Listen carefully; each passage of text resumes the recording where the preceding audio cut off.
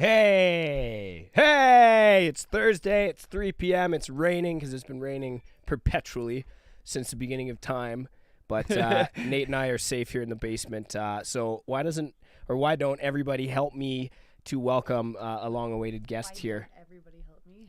Was that grammatically incorrect? Everybody help me? Why doesn't? Why don't You know what? Why don't you viewers help me in welcoming Nate Trash of the Trash Talk podcast. Hey, how you doing, Nate? Buddy, I'm always good when I'm hanging with you, bro. Yeah, Yo, sweet. I really am. I'm always good. You got me so flustered I can't even do a proper intro without flipping my words upside down. She got you flustered. Yeah, she did. That's why you're marrying her, though. Yeah, my soon-to-be. She knocks you down a peg. Soon-to-be. Mine does that for me, too. Alex likes to consistently knock me down a peg every chance she gets. You'll realize you're too good for us, so Well, we have to keep pegging. no. It's the fact that we might get too out of our own mind and hurt ourselves, and then you have to listen to us whine That's true, too. Yeah. after we hurt ourselves Yeah. because we went fucking crazy because we did dude stuff. Like I'm pretty self-aware about this stuff.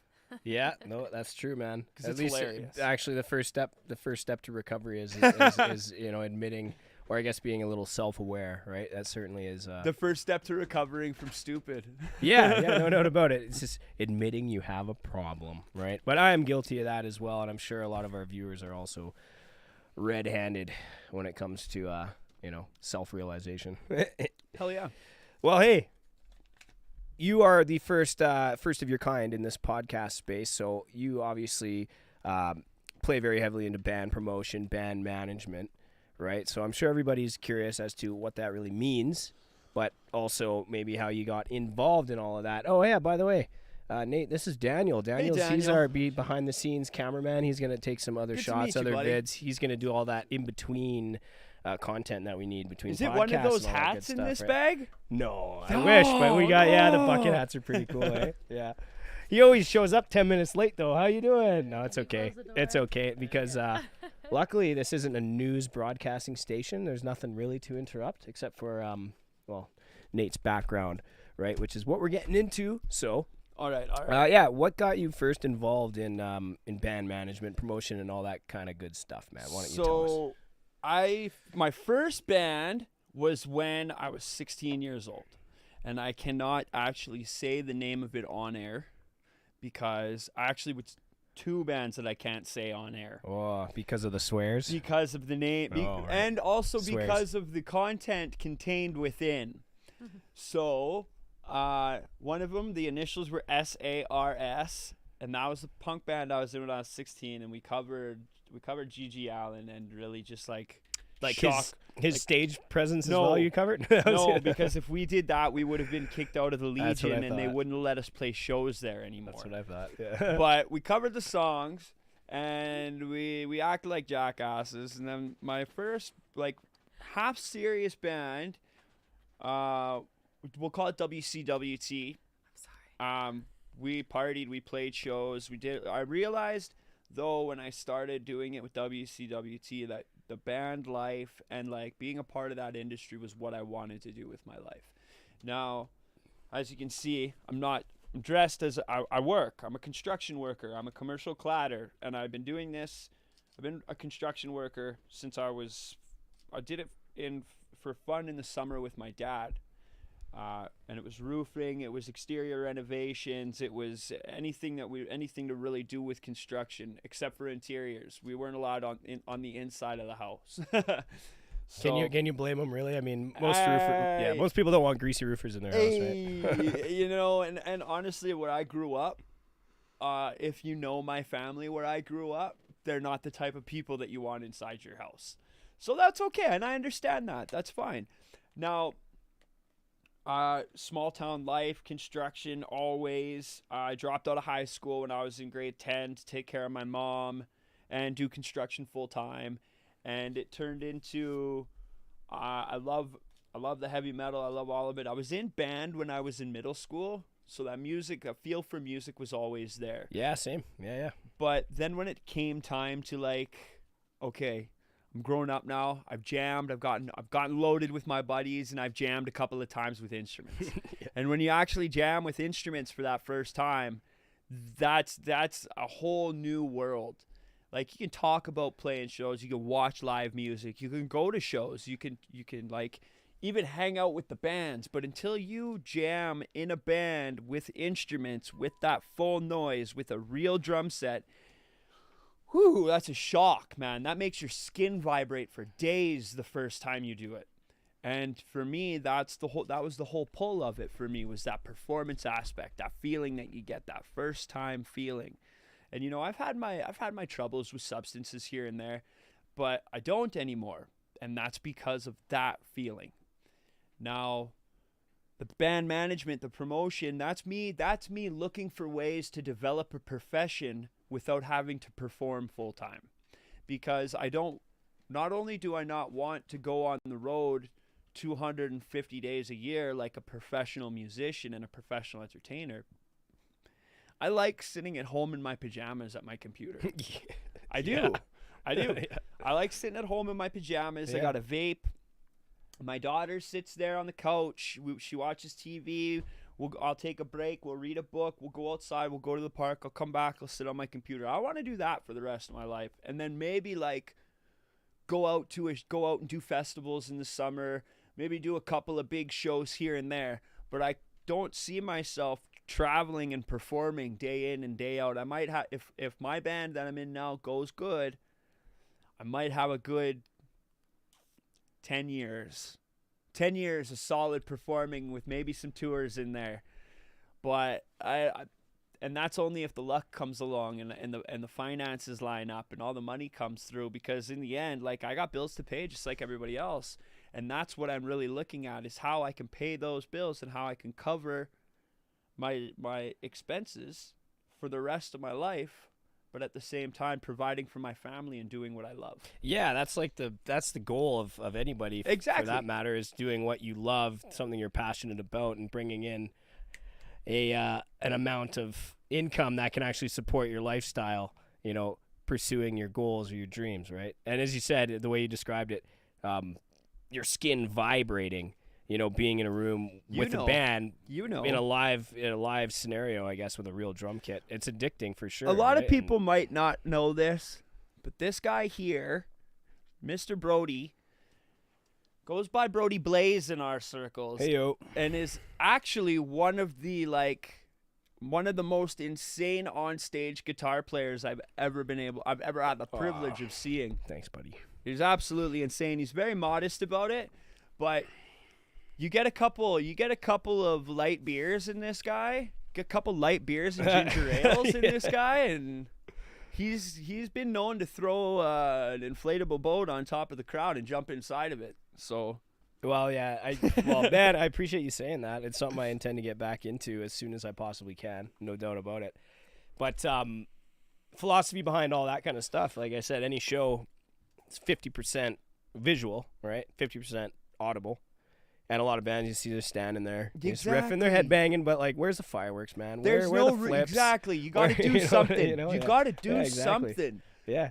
If they wanted to come and just stare at you while you're standing there, like, they could have imagined that in their heads while they're listening to your CD, and they wouldn't have to deal with everybody else in the room. Yeah, no doubt. Yeah. And I am right with you on that, Brody. Dude, yeah, you got to put on a show. You play good songs. That's one half of the deal. Well, that's right? the whole point. I've got a few other tricks up my sleeve that I'd like to pull off or present to the audience in the future at some point, but it's a slow-going process. Man. It is. Well, with me also getting married here fairly soon, that's been like all of Congrats my time. to you guys. Yeah, all my time and money and everything. I haven't had time to really work on music the way I'd like to, but no, as soon as that's all said and done, full steam ahead there. So, yeah, you'll see my face around, man. I didn't get an invite to the wedding too. Good choice. Yeah. Good choice. Very good choice. I don't think your insurance would cover it. Yeah, I think that honestly the biggest influencer behind I guess the amount of people we could host is the fact that we had to finance the thing ourselves. Oh, of for the course. most part, right? Oh, So it I was bug like, everybody. I wouldn't have time anyway, man. Like, I try to I bug everybody about not inviting me to weddings because, like, I have I'm planning on asking my partner to marry me soon, and then we're gonna be flying into that. Oh, well, too. let's hope she's not watching, man. And What? like, no, she knows about it. I bug her about it. Okay, We are all right. very, we got together. We got together a little bit, probably the year before lockdown, and then we spent lockdown together. Me and her have not fought since we've been together. We don't fight. We talk about everything. We're partners in every aspect. We don't argue. We don't battle. I might act like a butthead sometimes and get like grumpy about stuff, but that's because I'm a old construction worker, you know. Yeah, I'm guilty of that too, man. Been doing this for 16 years, so like that's been the bulk of my adult life is this. So I get grumpy now and then, but for the most part, I always check myself afterwards, and I always apologize, and I always make sure that she knocks me down a peg. She's younger than me, but she knocks me down a peg. She knows that I'm just a butthead sometimes. But we don't fight, and we don't argue about anything. So we're very open about everything. And I can't hold secrets like that from her. So I was like, I'm going to ask you to marry me soon. But if I'm going to make sure that I want to make sure that I had to let her know so I could get proper rings. Because I don't talk to her family that much. well, that was something I had to do undercover too, is figure out her ring size and stuff. Right? It's not an easy process, So, but you'd think that'd be like the one thing you might keep from her until I the asked, last no, minute. what I did was I looked at her. I'm like, is there rings? I'm like, I want to marry you. But also when I brought this up to her, I wasn't in a very good spot. Like I was figuring things out. COVID had hit. I got laid off the day before a bunch of people got laid off from COVID. So like to me, I didn't feel like I was affected by COVID when it hit. But I was because I still had to go on EI. I still couldn't find a job. I still had to figure stuff out. But the construction world for me I didn't have very good eyes on it at that time. So what happened was I had planned to get out of construction at that time. But I didn't have a clear plan. I just knew I didn't want to work on a job site. So I went and I got a job, just a job making a couple of bucks in a warehouse doing grocery stuff. And I was like, okay, this is cool. It allowed me to figure some things out in my head. But it sucked because for me, I wasn't privy to a lot of COVID benefits because of, let's just say, court situations that have all been cleared up now. But I was making $17 an hour. I'd figured some things out, and I was like, all right, I got a plan now. It had come to me. I was like, I'm gonna give construction one more solid, serious go because I have a lot of experience and I have a lot of very good references from my experience. So there's no reason why I can't go to construction for a couple of years, make the money that I need to make, do the things that I need to do in the aspect of my content creation, my management, my promotion, my own performances, and start making money there as well as still doing full-time construction and slowly make the transfer over without just 100% quitting construction one day and then trying to do all the management one day, because it doesn't work like that. 9 times out of 10, you're not going to get out 100% the first time. Yeah, that's trial and error a lot of the time, you know. So what I'm doing is I'm transferring my sites, and I'm already starting to get a couple of dollars here and there for doing what I do, because I do marketing and promotion consultations for bands and performers and artists, as well as like content creators, and those I charge by the hour. And first hour for new people is always free, and I always give free time to people because I enjoy doing this. As much as I enjoy making money off of it, the big thing, the core, the heart of all of it is to help these bands not have to deal with the situations I dealt with when I was starting out in a band. Right. Cold shoulders, not getting booked for no reason, merchandise, not even having a clue where to start with merchandise. How many shirts do I order? How do I go about getting proper artwork to print on a shirt? You know, should I order shirts first?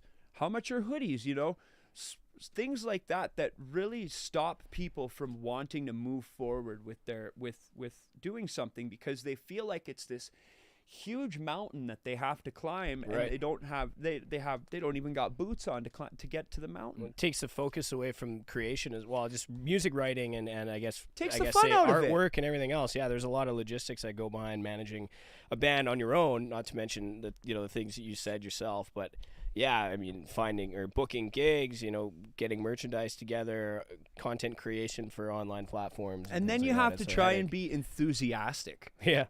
You know, It and takes a it's- team. It takes a team, man. no It doubt. really does. Yeah, it takes a team, and it's reassuring to know that there are people out there who are dedicated to providing that kind of service, right? Which is why you're here. Well- Carly, show that logo, man. Put that logo on that One screen. Have you done thing- that yet? Oh, there it is. Beauty. Look at that. That's the old one. I got a revamp coming on that. It's coming 100% real soon. But what happened was I had a little falling out with the artist and photographer from Trash Talk. Nothing big, nothing dramatic or anything. Me and her just don't work together anymore. Different views on things. Just different views on communication aspects and stuff. But also, she's a great artist. Anybody who's working with her, Post Block Designs, go check it out. She's a great artist. Go work with her. She just, our schedules don't line up. She's too far away. Lots of different stuff. But I got a new logo on the way. We're keeping the original Trash Talk with Nate Trash. We're pretty much just taking we took the garbage man out of it because he's been used in a lot of different marketing campaigns for different bands, different whatever, what have you. So I'm going to take that out because it's not unique enough for me. I like stuff that's 100% branded to me.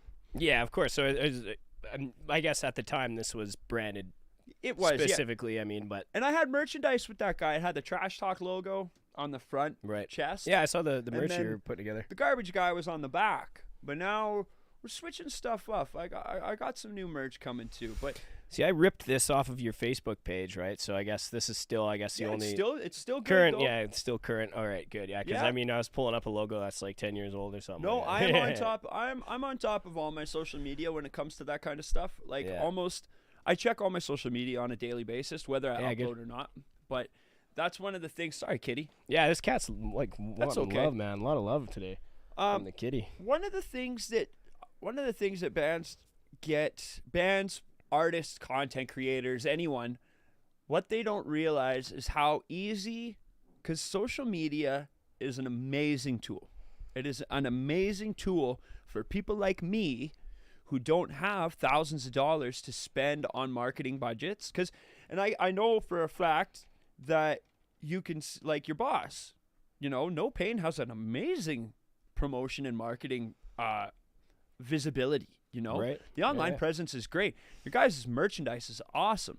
So Mike knows the value of good marketing. He knows the value of a solid department to do that, right? Right. Yeah. I bet he puts out good money for this merchandise, these shirts, his business cards for everybody who works for him, That brand and that brand's visibility needs to be at the forefront if you're planning on marketing and selling any product related to that brand.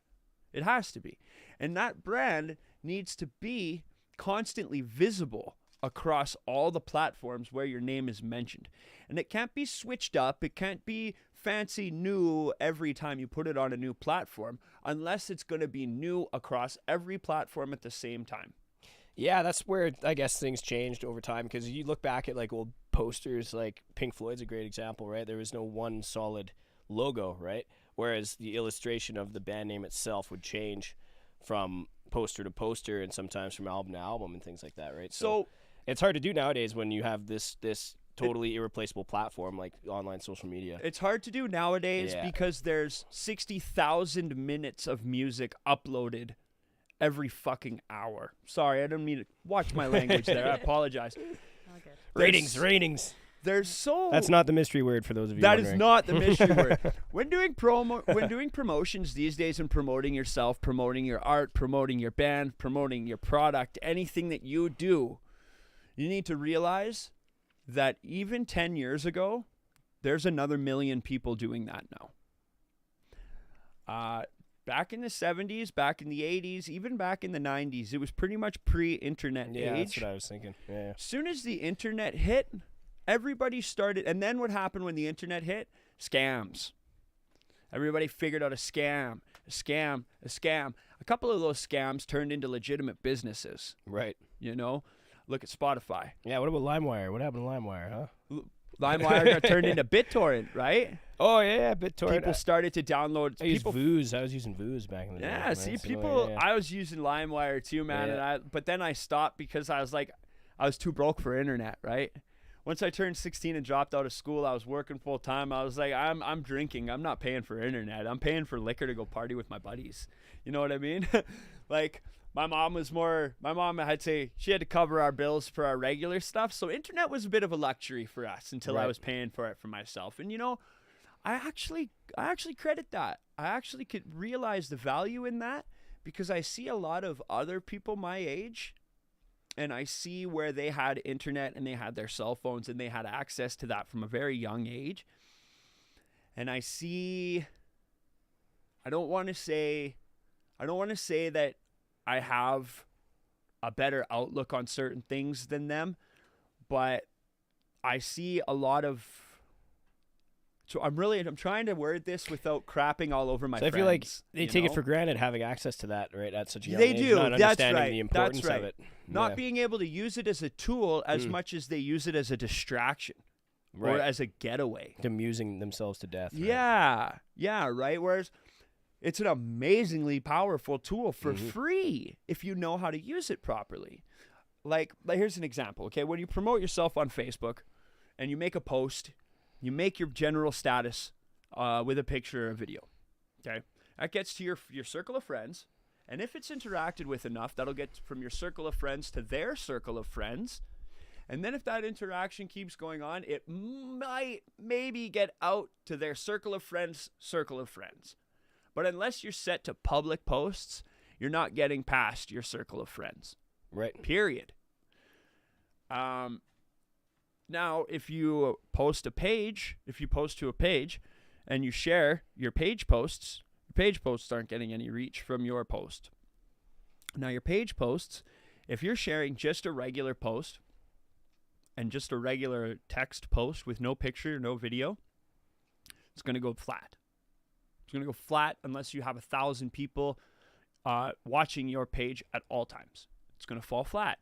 And it falls flat because it's not engaging content that keeps people on the platform through your content. Because the whole goal of creating content on the social media platform is to keep people stuck to that platform through your content. So now everybody's favoring video. So there's this little button on your Facebook page. It's called Reels. So you upload a little video clip under Reels, and that goes directly out to the hashtags that you contain in your description. Right. And those videos, because everybody wants to compete with TikTok right now, those videos float through. Like sometimes I'll post a video in the morning. By the time I get off work, it's over 1,000 views. And that day, if I stream on Twitch and I'm able to share a story, get a couple story posts throughout the day, I might start my stream with 10, 12 viewers and then and then keep that sustained through the whole stream, and then check out my stream summary that Twitch sends me and look and see that I had 34 viewers in and out the whole time, or 50 or 60 viewers in and out the whole time, right? So you attest that to these other promotional tools like Reels, for example, or stories, and just using these other sub uploads, I guess, in order to generate interest. So you have your large uploads on your YouTube and your Facebook page, right? Those are your full video uploads. Right. For me, my videos right now, because I'm trying to reduce the workload for myself, my Trash Talk with Nate Trash, this right here, those are specifically to Twitch. Those are live on Twitch.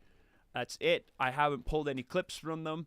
I stopped trying to upload them to YouTube, and right now I'm just getting back into taking the audio and uploading the audio to SoundCloud, because that then from SoundCloud takes it to Spotify and all the streaming services. Well, yeah, I mean, with most podcasts that I'm watching or listening to, I mean, more so listening to, right? So I mean, taking that extra time out of your day to manage the video aspect of it, It's There's- time consuming for one. But and, it's you so know, valuable. There's Yeah. so many people that are telling me that they listen to me. Oh, I listen to you while I'm at work. And I'm really, really killing myself by not pulling that audio and putting that audio on Spotify. And I'm really also like chop blocking myself by not putting that content, the full uploads on YouTube as well. But there is a solid reason behind it. Right now, I'm trying to build up the Nate Trash Entertainment Group. Now, this is Trash Talk with Nate Trash, which is my long-form interview podcast, like what we're doing right now, just on a smaller scale, a little bit more dialed back, a little bit longer form, less serious, right? Right. Playful content that people can interact with. Then I'm doing Trash on the Streets. Now, Trash on the Streets, clever name, keep people enticed, is where I go to shows, I go to live performances, and I get the interviews with the bands on location, and I film some of the live sets. That's going to be on TikTok as well as YouTube, and then the clips are going to go out from there. Now, the reason I say TikTok is because I've gone beyond complaining about, oh, I don't want to do the stuff that kids do. I've gotten beyond whining about, oh, I don't want to use that social media because I don't like that social media.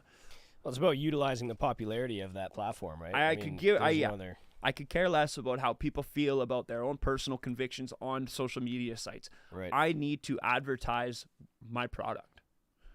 I'm going where the people are. Yeah, No Pain even had a TikTok account, or still do. I'm not sure how frequently we upload to it, but the fact is you yeah. still understand that those avenues are there, and if they need to be exploited, then you are willing to exploit them, and that's where I'm at right now. I have so many people, they're like, oh, TikTok, I hate TikTok, and it's like, well, that's fine. You don't have to enjoy it to understand that it's still a tool that's going to benefit your branding and benefit your promotion and advertisement. So since I've gotten on there, I've actually hit a lot of people that didn't even realize that we had an underground music scene. yeah, exactly. Because some people are just like full tilt TikTok, right? And they don't have accounts in these other platforms and whatnot. We were out of live shows for 2 years, solid. Yeah, wow. Solid. That's two generations of kids that graduated, turned 18, got into music. That's another couple thousand kids that are into music and want to go to live shows. Yeah, and for that reason, we lost a few great venues as well while we're at it, right? Not to mention bands. We did, but we didn't lose Verns. No, we didn't. Verns is there. Dickens we still got. Thank God.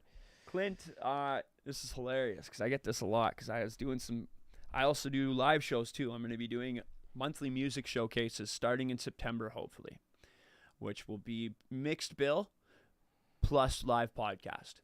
So all right. It'll be one or two bands, a rapper or a DJ.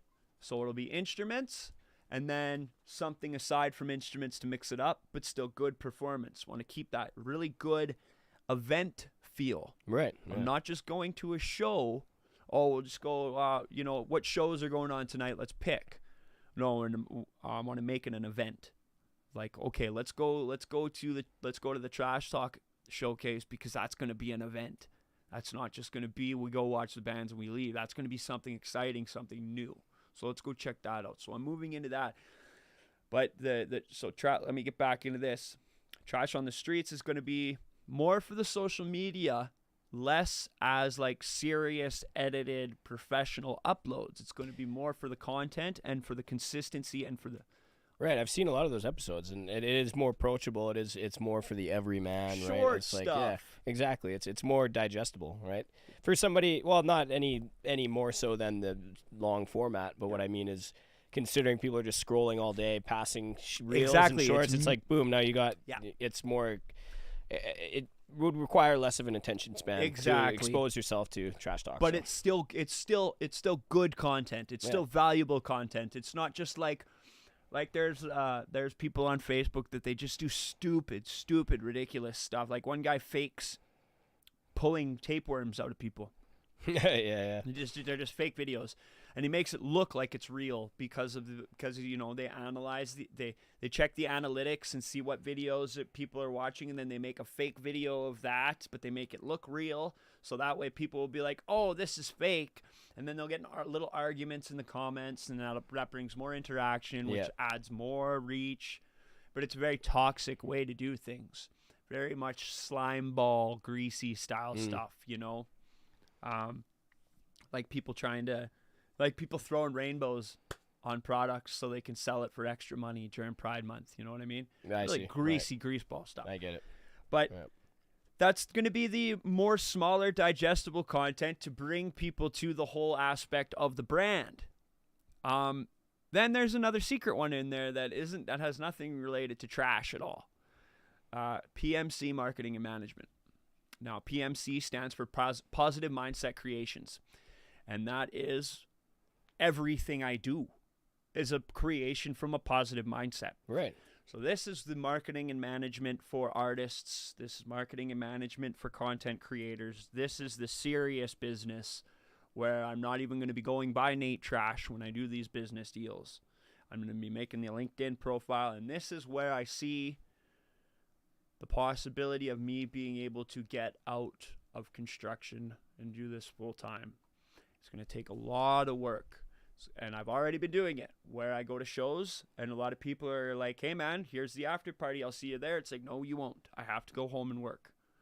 What do you mean work? It's midnight. I have to do a bunch of this stuff before I can go to bed. You got all the raw footage, and it needs to be catered to, right? It needs to be, Well, I need to get home and I need to decompress, because usually I have to go to work the next day. Yeah. And then I have to wake up in the morning, start doing posts from the stuff that I did the night before.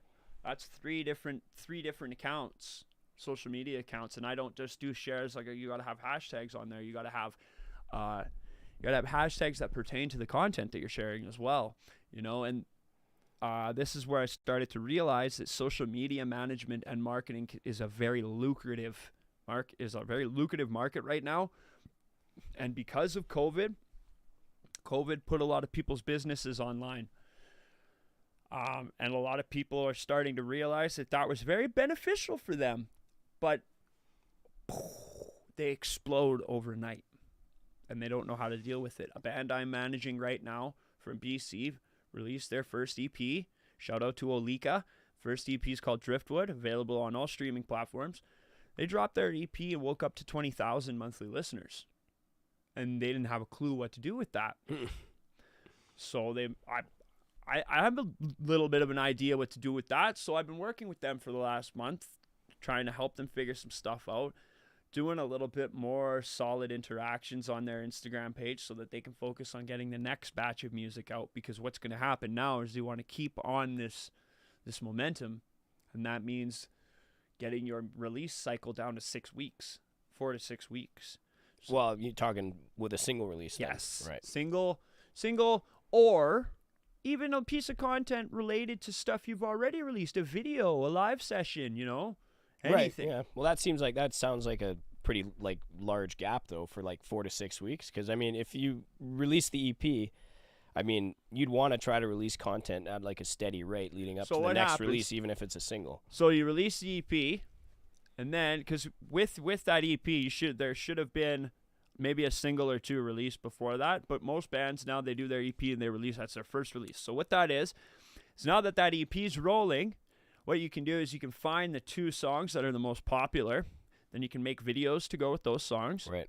And then the micro content to go with that is this is how we thought up the lyrics for this song. This is how we thought up the rhythm guitar sections for this little song. tidbits and stuff relating to fan favorites. All of those can go viral and bring huge visibility to your platforms and to your music. All of it. And all of that stuff can ride for a week each. Yeah. I've been looking into, or I follow this guy on YouTube, Damian Keys. I don't know if you've heard of him or not, but he's doing the same kind of thing. And he has a lot of videos on how to, or I guess smart ways to create micro content, like you've said. And I guess I'm going to check him out. I haven't heard of him. Yeah, he's got a lot of cool little videos, how to manage audience, engagement between release A and release B, and he'll give you all these different cool ideas on the kind of content you could create and things. Looks like we might have a question.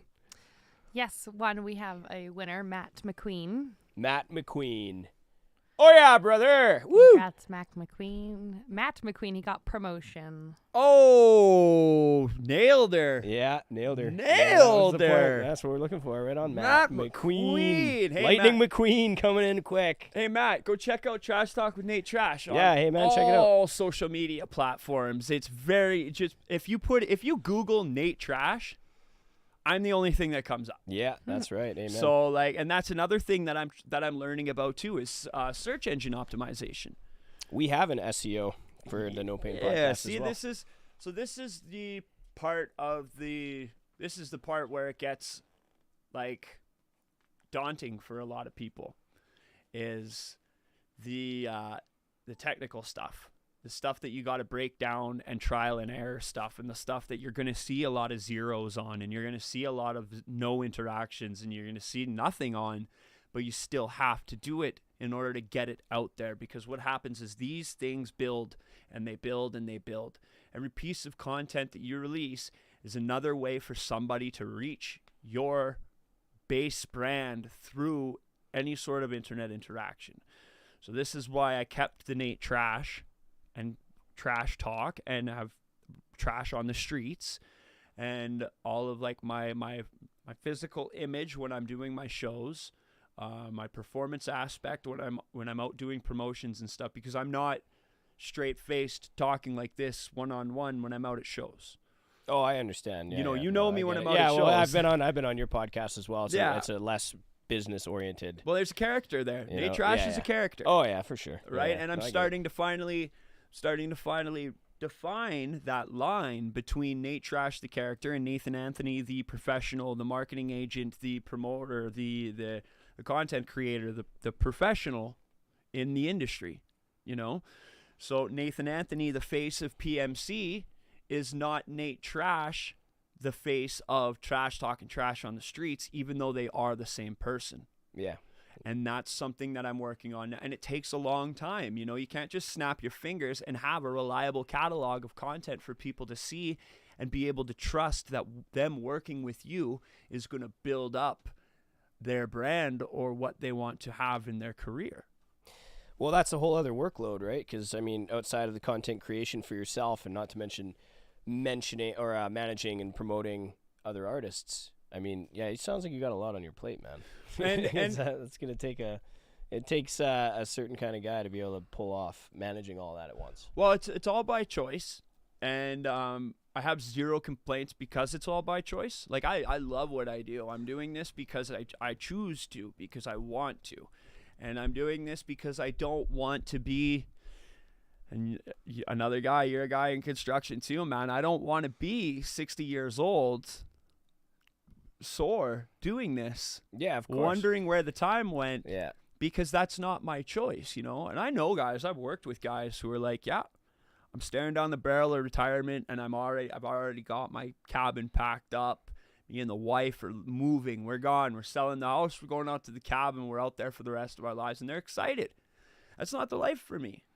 That scares me. You Right, know? okay. I don't come from a family where there's a retirement nest egg. You know, I also don't see the interest in stopping and waiting. I want to do what I love to do until the day my heart stops beating. Amen. I imagine, for some reason, I imagine myself in an office having a floor for the entertainment group and being in my office and having all the stuff around me, the phone calls, loving it 100%, and then it just being done. It's just done. That's it. No sickness and decline in health. No, it's just one day I will reach a point of contentedness in my life, and that will be the end of it. And that's what I'm working towards. There would be successors, I'm sure. Oh, You wouldn't definitely. just terminate Yeah. operations, No, but it's of course. Yeah. Of course. Like, that's what I mean. A whole floor of people working on different things, you know, people assigned to different bands, different performers, different artists, Right. different content creators, social media workers who just specifically do the social media for the group. And then people who do the social media for the people who are signed to the group. And then we got the people who are like working on our events that we have planned and stuff to showcase these bands that are underneath us, or these performers that are a part of the group PMC, you know. And then I'm going to be hosting Trash Talk till the day I die too. Well, that's the thing. That's the difference between people, is because some, I guess the idea behind retirement is stepping away from work, or I guess stop working, I guess is the point in retirement. But if you can create an income, I mean, that is supported, or I guess that revolves around personal interests or your personal goals, and it's not work, and there's no real need to retire, right? For Exactly. example, like, if I mean, at one point thought, I'd like create, social media accounts for audio production, right? And kind of get going on that or whatever else. But in order to, I guess, facilitate that as a source of income, obviously takes a lot of work. But if you could crack that egg, if you could pull that off, I mean, you'd never want to retire. Essentially, you'd be able to support yourself off of what you love doing, and you never stop. In a sense, though, that could also be classified as retirement. Yeah. Having an income that's having enough of a passive income to not have to go and do the things needed in order to get the income. Right. Is kind of a retirement in itself too, right? For sure. Yeah. And yeah, I guess I am working for that. I'm working for the point where me just being a part of something pays for itself. And I want to do that not just for the sake of like having a solid brand, but I also want to do that for the sake, because the core of this will always be helping people do what they want to do, and helping people with whatever they feel I can help them with what I do. That's it. That's what makes it really simple to make decisions and keep moving forward with this, is when I come up with a really hard decision, I think about my daughter. I think through the eyes of my daughter. When my daughter gets older and is able to tell her friends about her dad, I want her to be able to say, my dad followed his dreams. I want her to be able to think back on these hard times we've had, and then also be able to think back on the fact that we went through the hard times, but we knew we were going to get through them. We knew there was going to be something better. We knew that the work we were doing was valuable. I am a 100% trust the process. I'm not afraid of things falling apart and my future collapsing in front of me by no choice of my own, because that's not how it happens. A bunch of small things build up, and then it falls apart after a while, And I've been there. I moved out to Calgary with $60 in a garbage bag full of clothes and a full-time job at Petty Roofing. And I was fully prepared to sleep under a bridge until I got my first paycheck, because I had a plan to get a hotel room. And then I had a plan to find somebody to move in with, because I had a lot of friends out here. But my friends also knew the situation I was in, and it wasn't a good situation. It wasn't a reliable situation, and I knew that as well.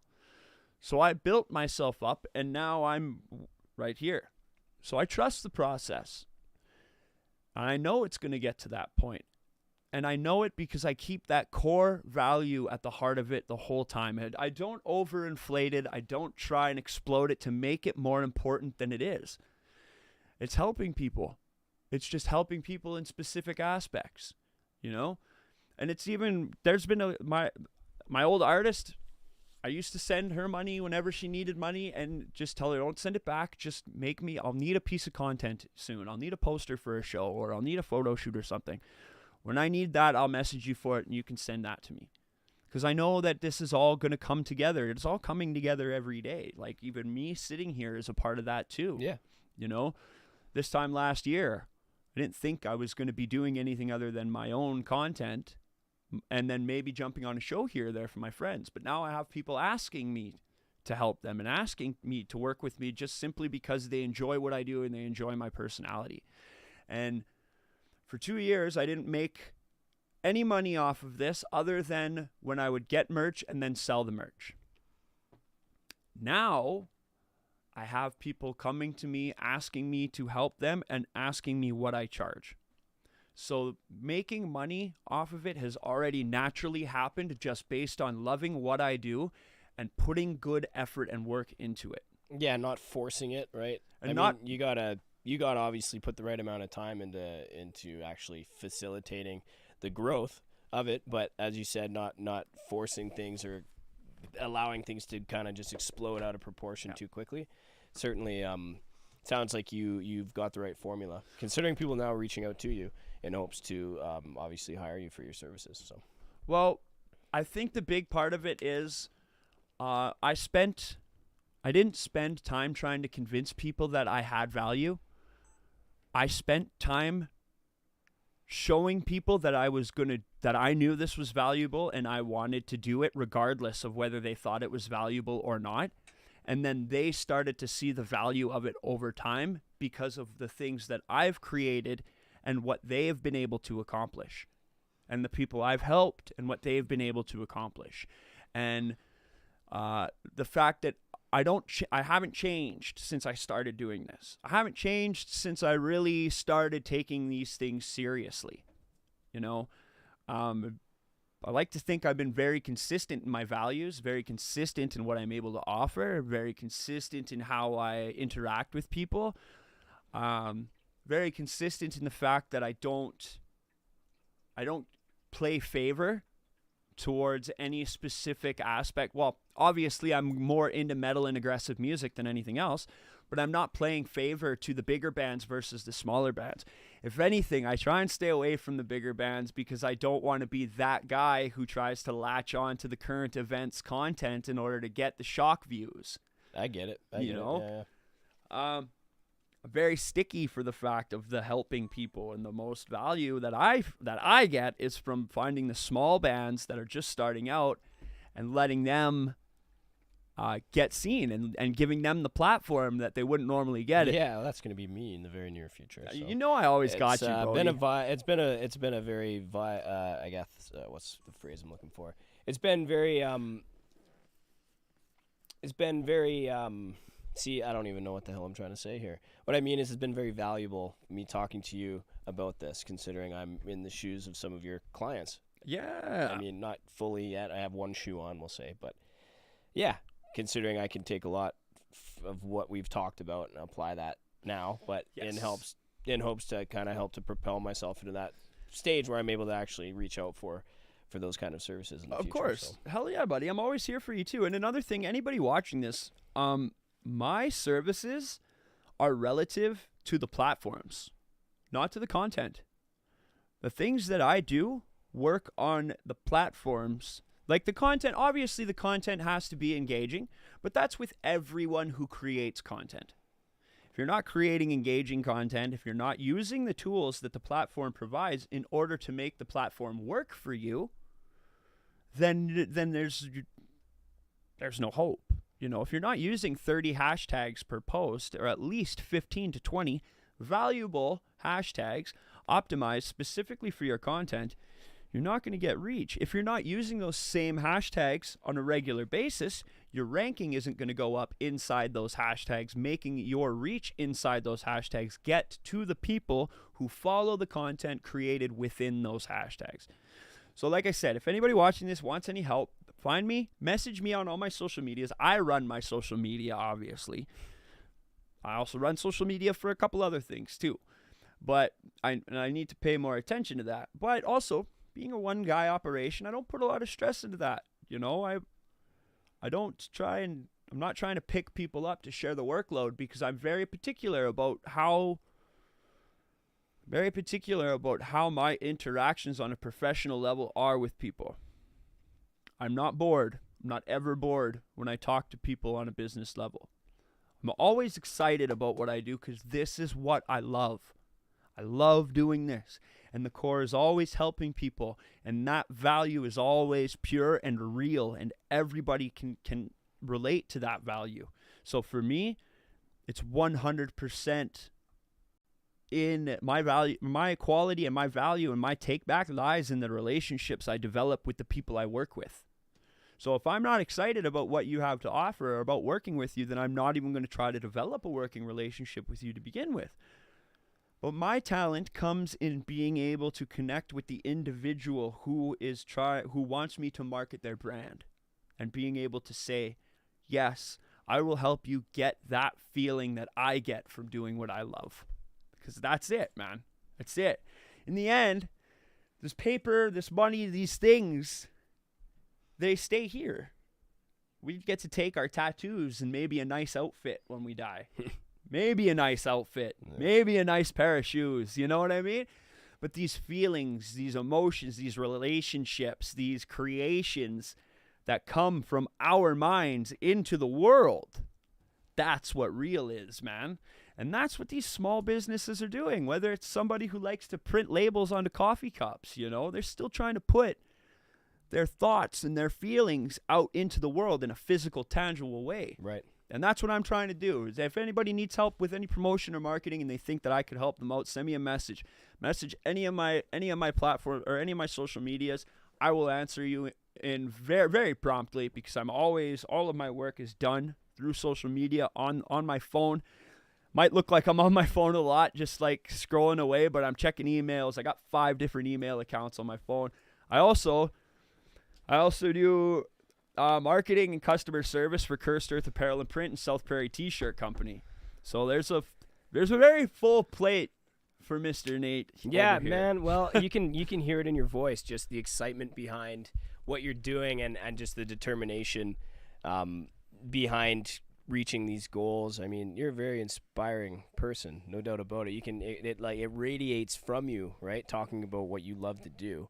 And I'm sure anybody watching can actually kind of pick that up just for watching it. I remember when me and you used to, go to shows and do shows together. I still keep that same energy. It's just now it's not fueled by stuff that comes along with partying. You know what I mean? It's not fueled by copious amounts of alcohol, right? And it's not fueled by trying to prove something. I went back to that person and I realized that's who I was the whole time. It was me using those things to try and get over the fact that, get over myself. I was afraid to let people know who I really was. And then it got to the point of my friend. My friend passed away from fentanyl. And he was a really, really good friend. And we talk, we didn't see each other lots, but we would always talk back and forth. And yeah, he passed away, and I really had to give my head a shake. I had just gotten in a relationship. Actually, the day he passed away was the day I started the relationship with Alex, with my partner, who I'm with now, who will be my partner for the rest of my life. For reasons more so than just our relationship, for reasons of, if it wasn't for her believing in me and pushing me to do these things that I love to do and that I talk about so much when nobody's around me, I probably wouldn't be doing a lot of this stuff. Yeah, she's that voice that echoes in your head when you're alone and you're feeling overwhelmed or I guess too tired to do this or that, and it's that voice that's telling you to keep on pushing. Well, feeling like goals, right? I felt like people expected a certain thing out of me and would not take me serious and didn't take me seriously because of that. And I fought with that for a long time. Even now, even just recently, just in the last year, I'm starting to feel like people are really taking me and what I have to do seriously.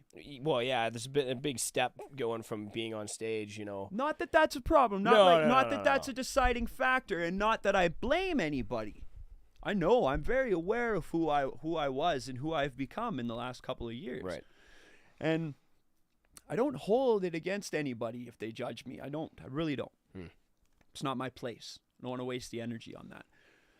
But I also understand the fact that people's opinions don't affect what I'm trying to do. If they don't like what I'm doing, if they don't want to be a part of what I'm doing, that's fine. That's not who I'm trying to reach with what I'm doing. There's lots and lots of people out there that can find value in what I'm doing, more than enough to provide a very healthy living for myself and take care of my family and my family to come if I do it properly. I just have to reach those people. Of course. Well, that's one of the harder things to do in life is you get to a point where you have to force yourself to care less about what other people think, care less about whether or not they want to be involved with you or not, right?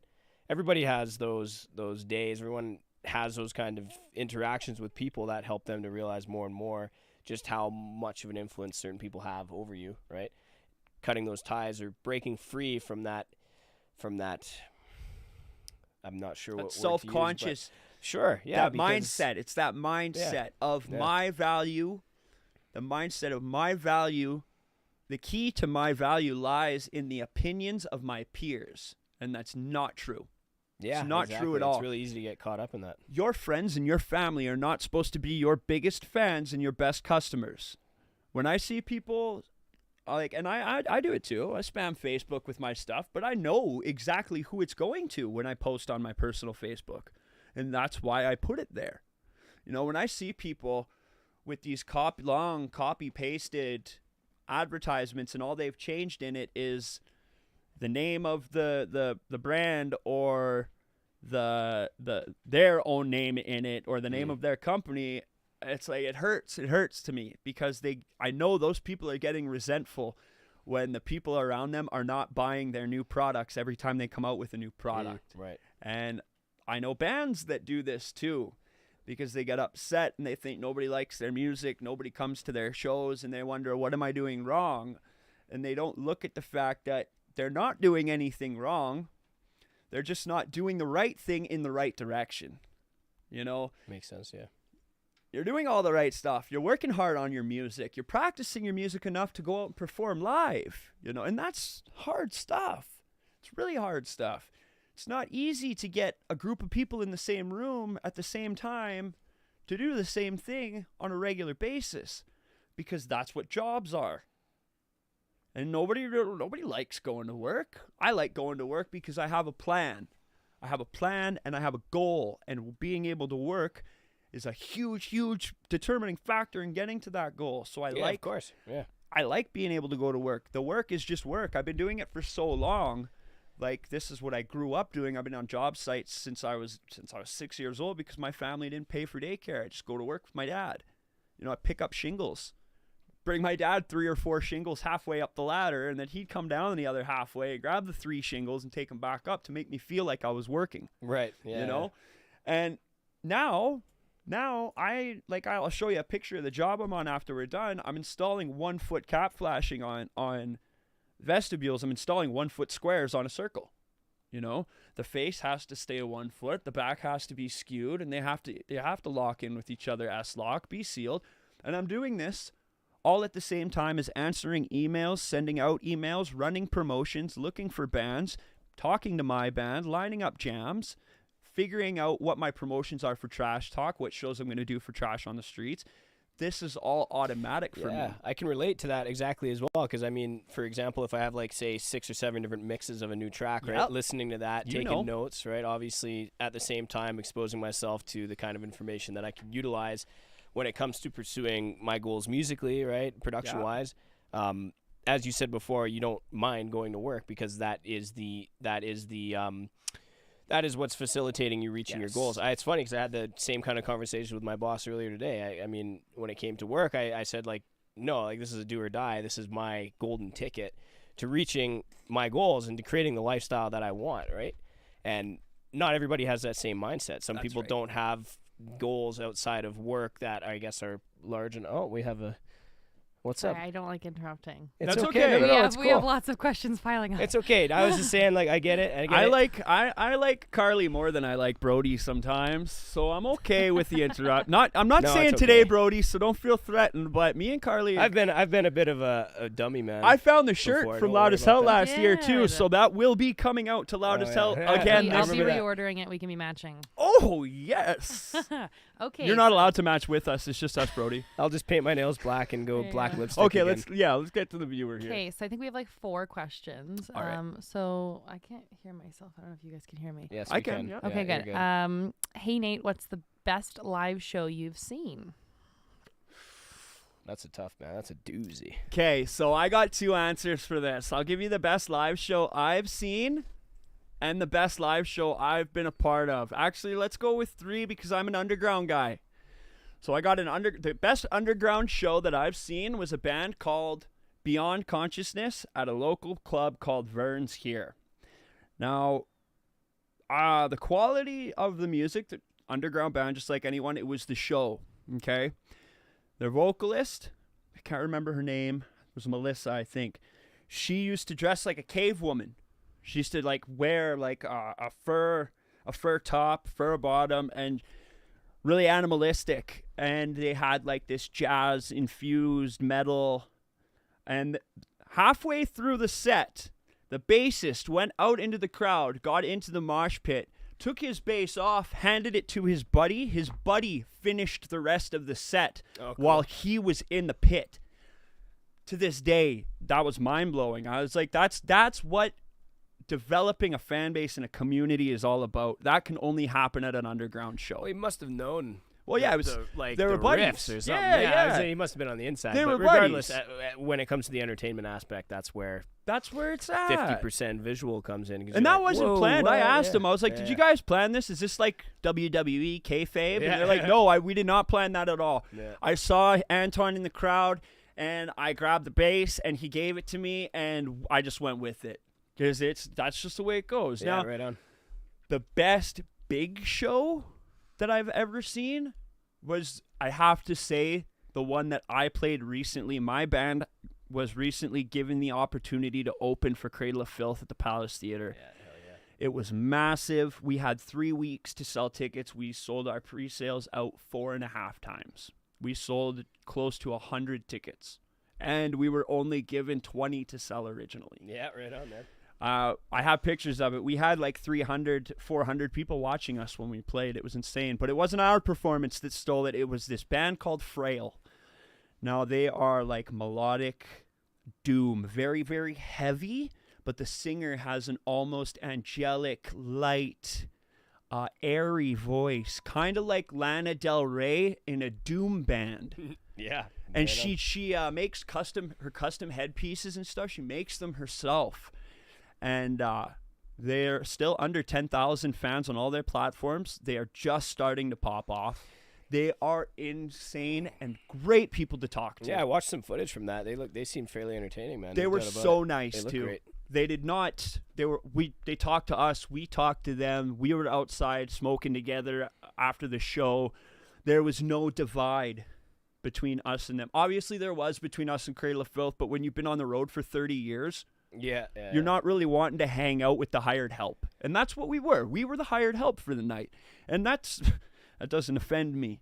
That's part of working working as an artist is a part of being a fan of the art. And where's Frail? They were likely a buy on the tour. No, or not. They got picked up by the same manager, Sweet. Yeah, so they That's are great. managed by the same company that manages Cradle of Filth, and they got picked up based on their music and what they're doing. So there is new bands being picked up. Now all the I time. feel bad for guessing that. No, that's okay. Bought on the tour, but that, you take opportunities you can get if you get the opportunity to be onto it, right? That's what we knew when we started up. That's what we knew.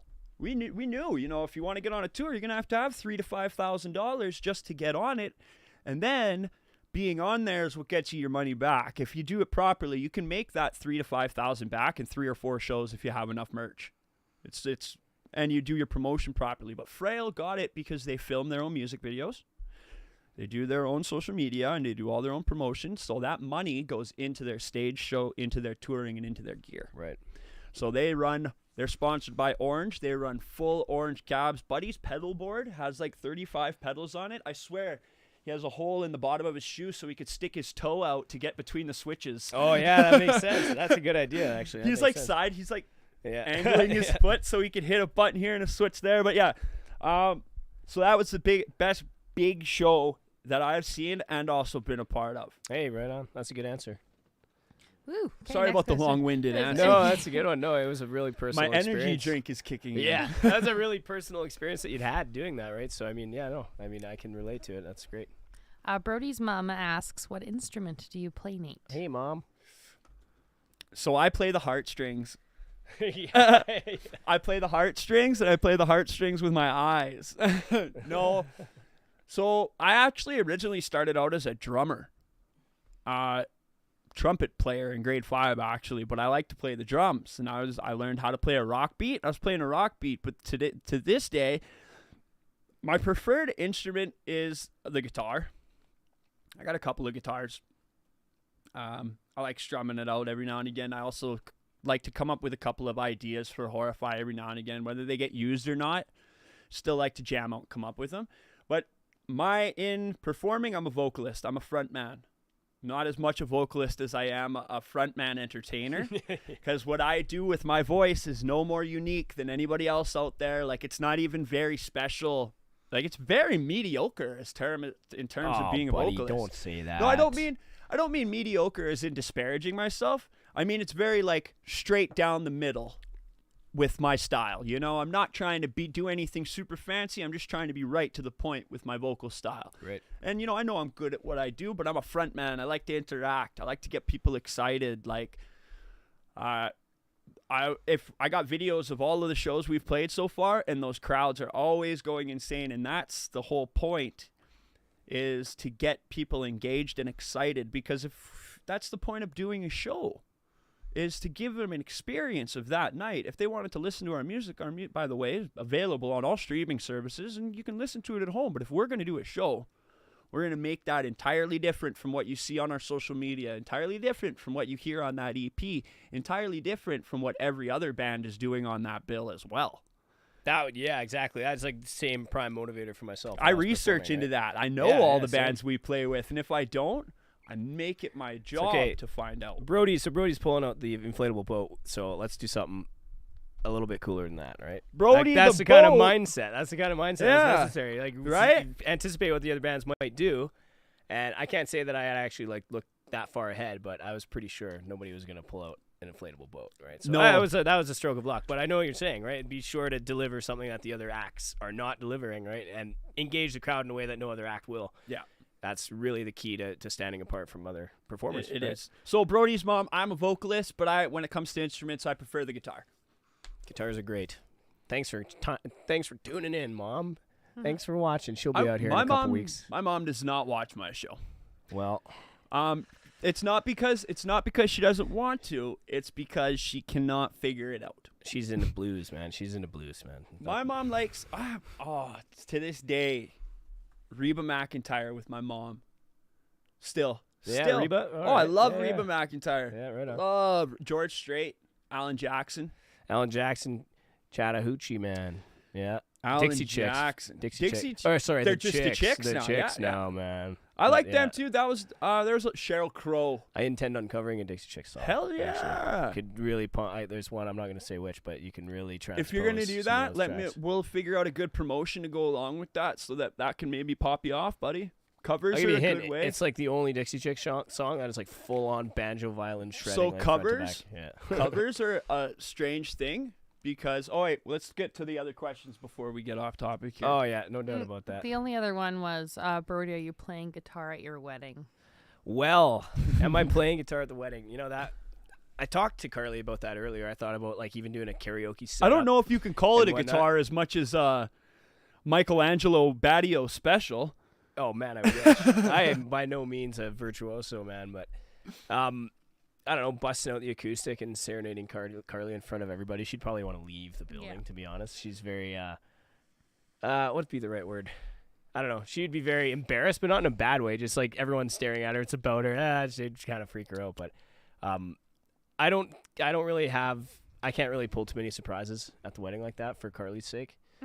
That's not, and that's the thing with weddings. A lot of planning goes into a wedding. So if you try and do that stuff, and it's a surprise, then there's a lot of like anxiety that comes with that could turn into anger very quickly. Yeah, but I mean, as of right now, no, I don't intend on performing. I might show up and perform, but they don't know about that yet. Yeah, right. Well, as for live music, like I said in the beginning, we kind of, for the most part, funded this wedding ourselves and things like that. Small weddings are better anyway. Yeah, exactly. It's not for like, even if we had all this money, like it wouldn't be this huge extravagant thing. I mean, it's there's way better. I'd rather go to Egypt for 2 weeks than spend like $25,000 on a wedding or something crazy like that. So. Honestly, then that's the same thing with me for my plans. Like the wedding is that's why I was making a joke about people not inviting me to weddings, because I really don't have a plan to invite a lot of people to my wedding either, because we're gonna have a wedding.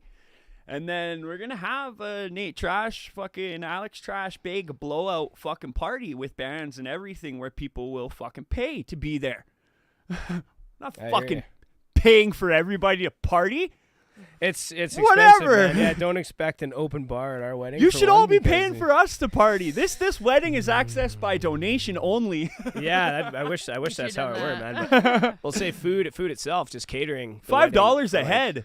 Well, it's more like $75 a head. Well, and that's Yeah, where I get to- lucky to because provide food and for everybody. It was rough. shout out to my brother and sister-in-law's new business in Sylvan Lake, Party Chef, farm to table, farmers indoor, farmers market, local providers, local supporters and vendors. If you are a local vendor watching, check out Party Chef and see if you can sell their stuff there. My sister-in-law is a Red Seal chef and runs a catering business. Right on. And they're event planners too, and I'm an event planner as well. So a lot of that expensive stuff isn't going to be as expensive because we know how to leverage Lucky that, you. right? Lucky you, man. And if we keep it small, there at the store is event space. So a lot of this stuff, like my brother told me, he's like, when you decide to get married, let me know, because he's been married for almost 10 years now. He got married. Congratulations.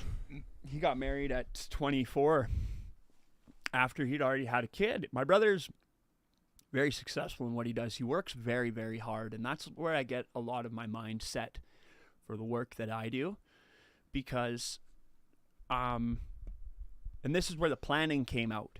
And I believe that everybody should take some time, because I know a lot of my friends, I don't know what I'm going to do. I know I'll figure it out eventually. Well, eventually is going to come, and you might not have it figured out by then.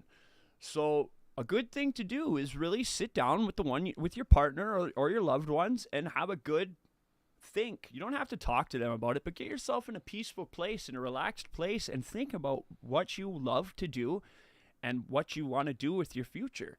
And then start to take little steps toward that. And like this cured a lot of my depression. This fixed a lot of my anxiety. Like figuring out, really putting the focus on figuring out what I wanted to do with my life, and then figuring out how I can infuse what I love into that. And I know this is very difficult for a lot of people, so I don't hold it against anybody who can't figure it out. I do my best to help people figure it out. That's the route, again, to help people. But knowing and having a goal, and a lot of old like pre-World War II authors wrote about success being the realization of a goal and being able to act towards the realization of a goal in your life. A successful person is a person who's acting towards realizing their own goals. The confusion of not knowing can certainly sidetrack people. It leads to distraction. Distraction and depression as well, because like that idea of, the fear of not knowing, right? I'm unsure about everything. Now I don't know if I should plan anything. Now I don't know if my bills matter. Now I don't know if my job matters. And then because they're inundated through media with negativity or consumerism or fear tactics, whether it be one side of the argument or the other side of the argument, if you're taking the argument in through this mass media machine, you're taking in the distraction that's keeping you from realizing what you want to do with your life and then acting towards it and being truly content and happy. That's all anyone really wants in life. That's it. Right? And it's not as hard to get to as a lot of people think. They just are. A lot of people are just confused, and I don't blame them. It's a very confusing time, and there's not a lot of people out there trying to help each other.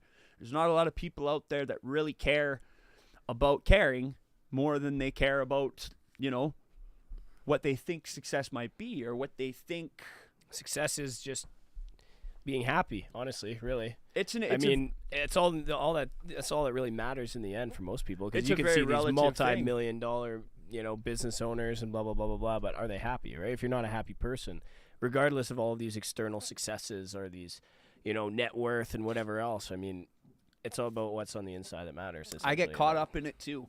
I don't have a driver's license. Never had a learner's.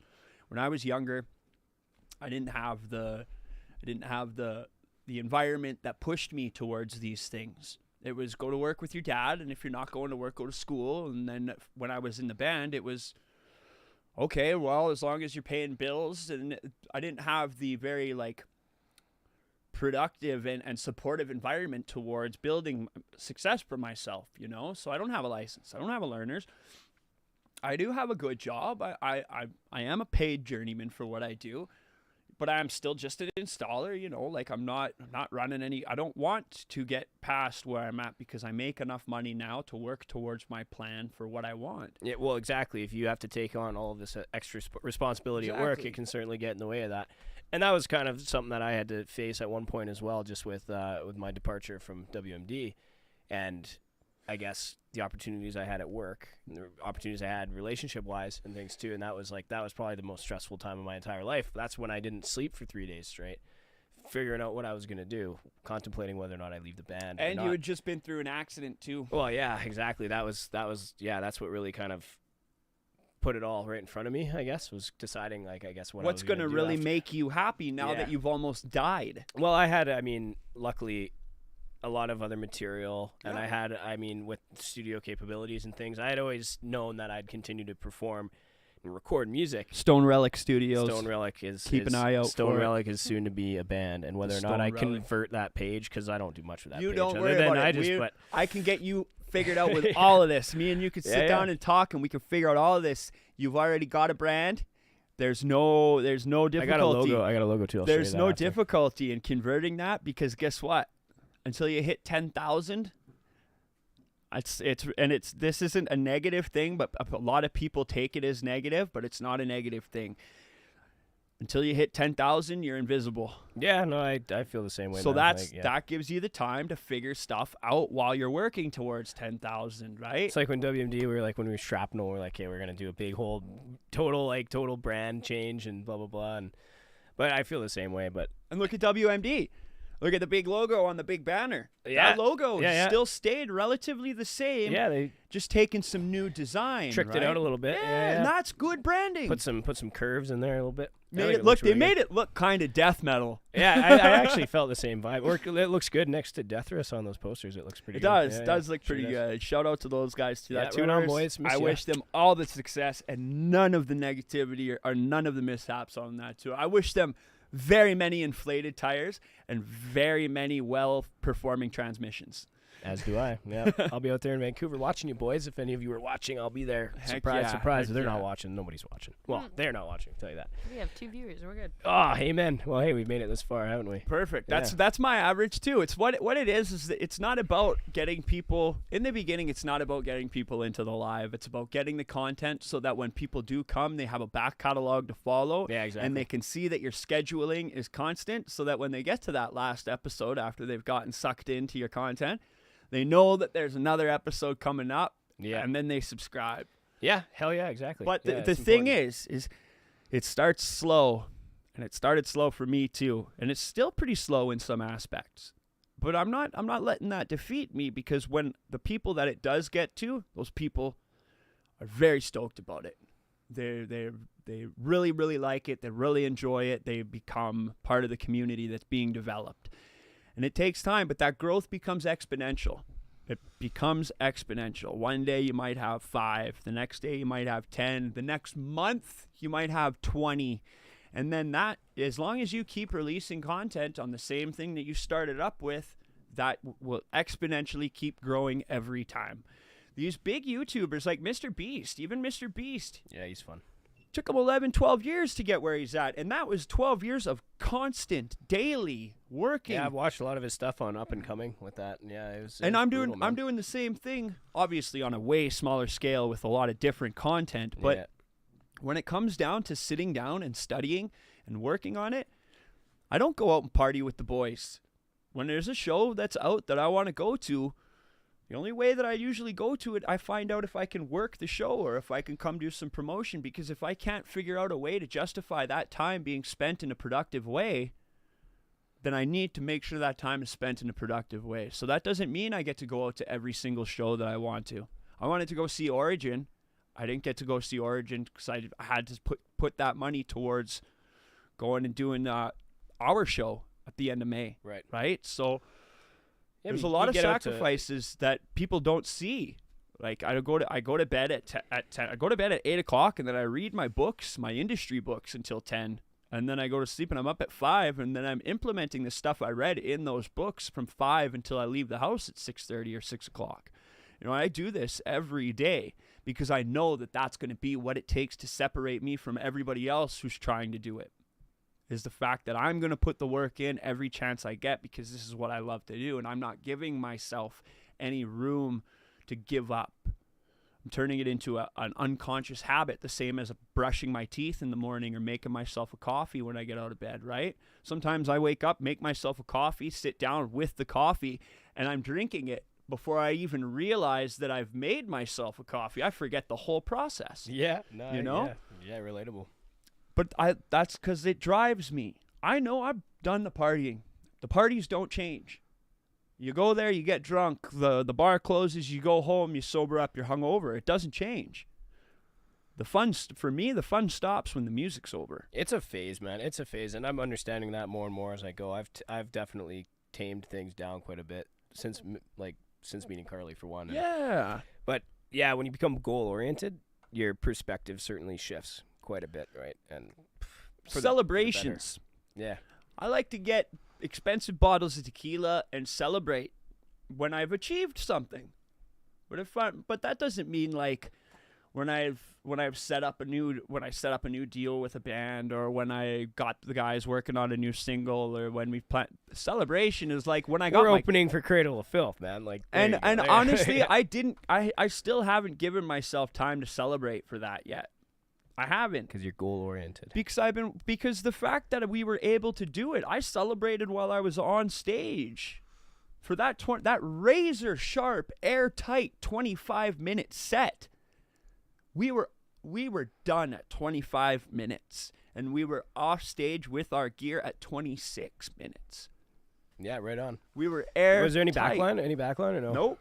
Yeah, but there was so a that's crew. pretty good for a minute. But there was a crew. Okay, we had some guys come on to get our amps right away and I didn't even get a chance to turn around and help. I just had to get off stage to make room for the guys that were doing that's our handy. equipment. That's real handy. Because we don't know the Palace. Right. We don't know their entrances and exits. We don't know where they want us to put stuff. So at that point, you need to let the crew do their job, right?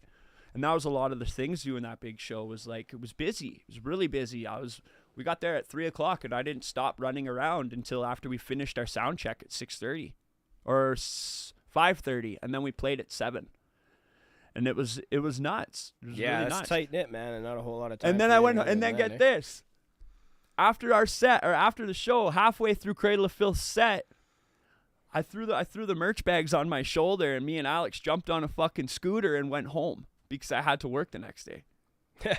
I went home. I counted all. I didn't even know. I didn't do any inventory. I put the bags down and I went to bed. That's the grind, man. That's the grind. Got up at 5 to do the posts and right go on. to work, and that's it. Because I try to live in the mindset of already being the professional that I want to be, and that means knowing when to go put the work in while everybody else is partying. Knowing when to take, because I don't have a lot of free time. I work, I have my family, I have my own band, I have my own content I create, and I have my child. And with Serenity, I try not to have my face in my phone the whole time, but once again, free time, right? And free time when you're not exhausted from work. And this is something you can relate to, because I bet for you were an installer, so you know what it feels like to be physically tired. But now being an inspector, having to do those numbers, having to go from place to place, that mental exhaustion is a whole different kind of tired, That's something man. I'm still fairly fresh to. It's been probably like 7 months now of inspecting, but yeah, invoices, estimates constantly, like 6 a day sometimes. When I was working in the grocery warehouse, I was doing 6.5 hour shifts, counting and weighing vegetables and filling orders, $17 an hour. I was like, yeah, it's just a little something to pass the time, so I don't have to be on the system, so I can go on to paychecks. Lamb of God ruin. so I can get my paychecks back instead of having to worry about flexing the system, because I don't like that. It's not me. I like to work. I don't devalue anybody who has to use those resources. That's why Canada's a beautiful country. But yeah, amen. 6.5 hours, man. I was exhausted from counting and weighing and adding stuff up and making sure my lists at the end of the day, like holy, that's just the signal from Unplug my phone from the computer. That might be. That's just your signal going through. But, yeah. that tiredness I feel you. is. Yeah, it's brutal. I can do 10 hours. I can do 10 hours on a commercial job site on a 40-story building in a swing stage, throwing panels on a wall. I can do 10 hours standing on my head. Sure, I'm tired when I get home, but that's 10-hour day. 6.5 hours of counting vegetables and running numbers, man, ran me into the ground. Yeah, it's a different game. That's where time management comes into what you were talking about before, just with relationships with your daughter and with content creation, band. Time management is a huge thing, and I've got a whole playlist on YouTube for myself when it comes to time management and how to actually really capitalize. Yeah. Because that's the only way to make it all work is to know how to operate your time appropriately. But yeah, it's been a hell of a conversation. What time is it, Carly? Anyway, I got another repair today. 4:26. 4:26. That's not too bad. Hour and a half. That's not bad. That's not bad Next at all. repair is at 5:30, so yeah, we're not doing too bad. That's I not thought bad it at was all. later than Is that that, to be 5:30? totally honest. Huh? Is that 5:30? My repair is, yeah. Oh, we gotta go to Bums after that. I'll be going there as soon as I've finished. We got that's all right. We're ready. We're gonna be ready to But wrap yeah, it up no, it's here been in a good, few. man. I'm We gonna- normally go into like some more personal stuff towards the end of it, but it's kind of been a mix of both. Like you really presented what you do with Trash Talk very well, obviously, and you gave us the ins and outs of how you can help others with this service, obviously, and just how passionate you are about it and the kind of fruit that it has bared for you. Gotta be And passionate about it. Yeah, exactly. That's like unlike all the other people we get in here. I mean, yeah, we have electricians, we have, contractors and things, but I think it's a totally different pursuit for them because it's not this, when I was a kid. I mean, some of them, when I was a kid, I wanted to be an electrician, right? And I am an electrician, but it's a completely different kind of. Yeah, well, I mean, I can't knock them for that because they're an electrician. But But I what know mean what is you're it's saying. A A lot different of- kind of thing here. I bring it back to Mike again. His name's right on everything, right? Right. I haven't met Mike, but I've seen his interactions online, and I've talked to you about him, and I've seen the way he works with the company, and I've looked into the company myself, and he's got the type of mindset that I've got. Obviously, his is on a larger scale, and his is way better realized than mine is. And then I'm not disparaging myself in any sense, but that's the kind of person that I look at when I look for inspiration, when I look for like a role model in a sense, a mentor in a sense, right? I look towards what people like that are doing. They're not talking bad about anybody else. They're not discrediting, disparaging, or undervaluing anybody else at the same time as expressing their full value. Right. And always being personable, always being relative to the customer. Mike understands that his value lies in every customer that he works with. Same with me. My value lies in every interaction I'm able to have on the basis of my brand. And that's one of these interactions. So I make the most of that. And, I could come on here and I could try and be Nate Trash and play the character because it would be just as appropriate. I think it came in and out a couple, but it's becoming it is another persona of yours. But not in a bad way, but the flexibility. Well, it's the same as like Terry and Diener. Yeah, Terry and Diener are not Terry and Diener, man. Yeah, Terry and Diener are professional filmmakers and actors. Like they're very well known in the Canadian film industry as professionals. Have you seen Uncle Fubar? Hack. Carly's not sure. You haven't seen Fubar, have you? Fubar? That's a no. No, I've That's a not no. You're gonna have to show her. Yeah. Uncle Hack is another one from Danger Cats. That's a character. Uncle Hack is a character. His name's Brandon. He's actually a very well put together, very smart dude who's been through the same stuff. Yeah. Partying and all that. And like from the oil patch, he's just realized that now he can make a comedic personality out of it. And they're killing it. They're killing it because they know their branding and they know what they love to do and they do it.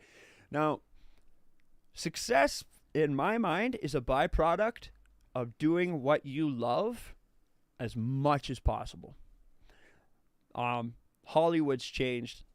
I watched the documentary about Hollywood in the 90s, and they said it changed when the internet came because fame used to be a byproduct of being really, really good at something. It wasn't something that was aspired for. It wasn't something that, like branding an image. Branding an image didn't happen until shortly after the 2000s hit. Like, branding. Paris Hilton was one of the first to brand her image because she didn't do anything other than be Paris Hilton, right? And she created content around that, and people latched onto it because it was entertaining. Whether it was entertaining because you didn't like the way she acted, or it was entertaining because you could relate to the way that acted. She was one of the first branded individuals that created content around being herself.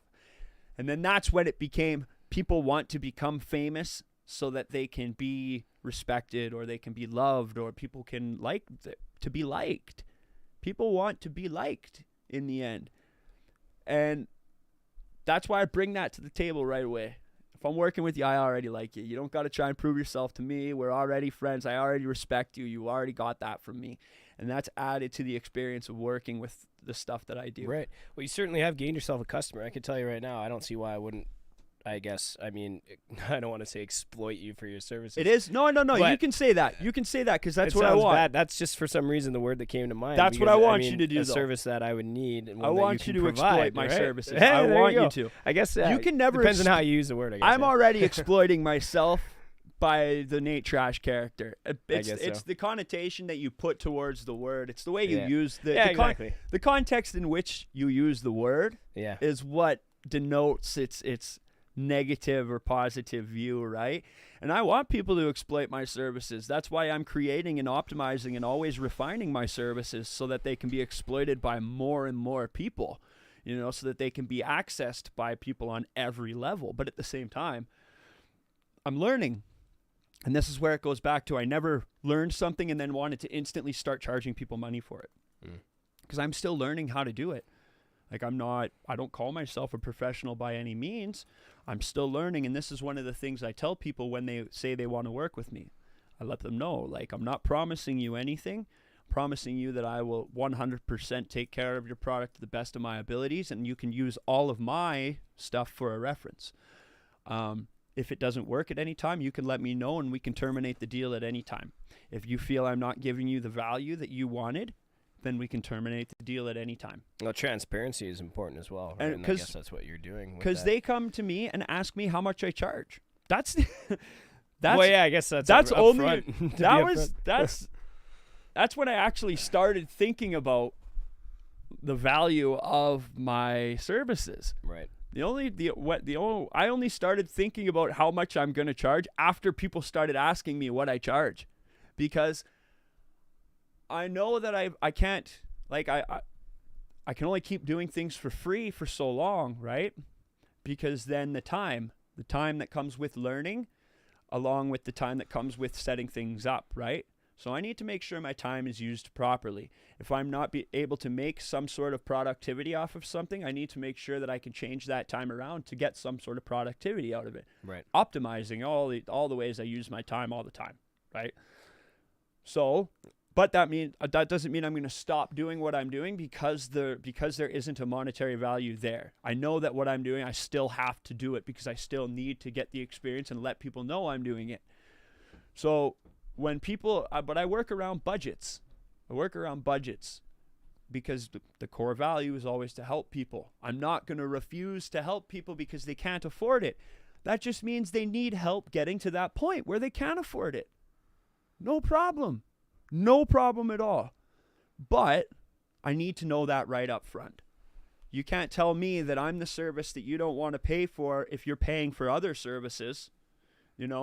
If you want my service for free, but you're going to dump a bunch of money into a music video, that doesn't react well with me. That doesn't fit well with me. Yeah, of course. Because I can fit into that budget and help you get more value out of that music video.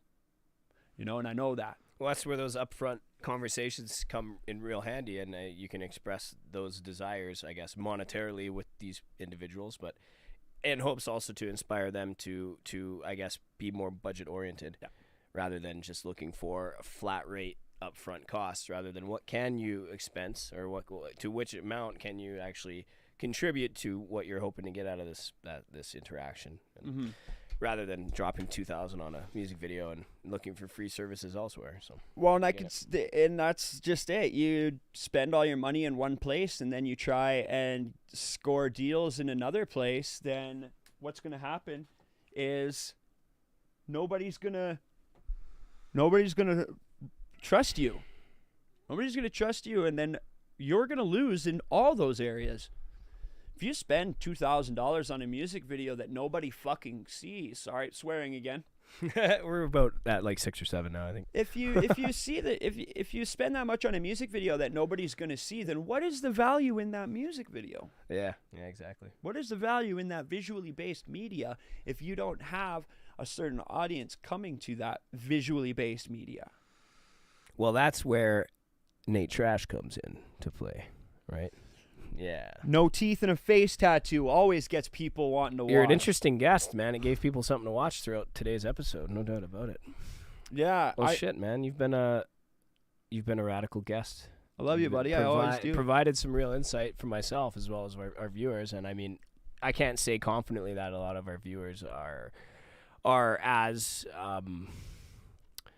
I can't say a lot of our viewers are musically inclined or are engaging people on social media in order promoting their services, but I think that this can very well I bet you know reach what the right people, right? the most over popular podcasts are true crime podcasts, and I don't think that Miss Sheila, stay-at-home mom, is Yeah. you know, running away from her murdering 17 people, you know. Yeah, I So, guess, like, yeah, you're right. People don't you never know. You never know. Yeah. This might get somebody interested in that. This might get someone thinking, you know what? I like the way he was talking about that. Yeah, I'm of actually course. I'm gonna check that out. Yeah, if anything, it'd inspire them to follow their dreams, to pursue their goals, and get closer to kind of creating a lifestyle for themselves that can help to sustain them financially as The well. big right? thing is don't look at other people. Don't look at other people and compare yourself. Yeah. Because I catch myself doing this all the time. There's people I went to school with back home. I consider them just regular, not very interesting, run-of-the-mill people. These people have brand new trucks every year. This one guy's got a beautiful 45-foot camper behind his $60,000 dually, and he's 1 or 2 years older than me. And you know that sometimes it's like, well, I got a couple skateboards. Yeah, no, I feel You know, Yeah. and like I physically, the materialistic objects, I don't have a lot of them. I don't have a lot of materialistic things to show for it. But you know, I look at the people that I affect, and I look at what I'm doing, and I close my eyes and I try and push all of the outside influences away, and remind myself I'm doing what I love to do every day, and I'm doing it because I choose to do it every day.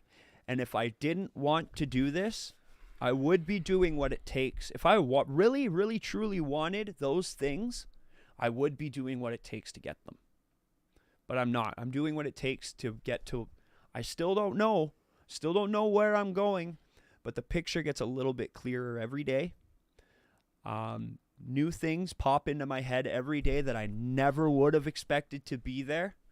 The divine universal current of knowledge is always visible to me, to my subconscious, and I just got to keep following my heart of hearts and not giving in to the outside influence as much as I give in to believing in what's inside me, and reminding myself I am consistently doing what I love. There you go. Yeah, you look at these guys with the trucks and trailers. That makes them happy. And it's cool. It's cool, man. I would love Yeah. to. It would be awesome to show up to these festivals with a big trailer, with Yeah. air conditioning and a fridge, but then I think about the stuff that it takes to get that. And you know what? I don't really want to go and have to Sacrifice what suck you're doing the toes right now, of the yeah. guys who show up to a job site in a Mercedes-Benz wearing penny loafers when they should be wearing steel-toe boots and safety vests. But no, that's the money guy, right? So everybody has to stop and smile and tip your hat. No, I don't like that. I don't like that at all. So I don't want to be that guy. Nobody wants to be that guy. Well, some of them do. But Some of them no, do. I agree with you in that. Okay, here's what I'm gonna do. I gotta hit the bathroom real quick. Yeah. I have probably had to for probably an hour now. to That's be all honest. right. So what I'm gonna do, I'm gonna ask you to just give a word of advice to our viewers. Yeah. In this case, just I got one for you. Yeah. All right. I'm gonna let you give them advice. You've been given a lot of great advice, but in order to hold me over for probably about 35 seconds here. It's all right. I got you. Yeah, buddy, no man. worries. Okay. Right on. And when we get back, I'm gonna thank you for being here. We're gonna wrap this up too because I do have a repair I gotta get to. Yeah, So buddy, no in that worries. case, hey, No worries. I spotlight's yours right understand. now, buddy. All right. First of all, I gotta say, Carly, it's very nice to see you. You as well. Thank you. You look fantastic, and I want to say we should hang out more, but I know we're just both so busy, so it's like it's Next okay. year. We can still be friends online. We'll hang and out at stuff. Loud as Hell. There we go, and that's gonna be awesome this year because I got my own. Like I'm gonna have my own tent set up with all my signage, and I'm gonna have gear there, and gonna be doing interviews on site with like I'm getting a custom trash talk backdrop made for the videos. Cool. I got my new camera and stuff too. I'm gonna have all my new sound gear out there. It'll be really killer. So, advice: the first thing, start your day off with some gratitude.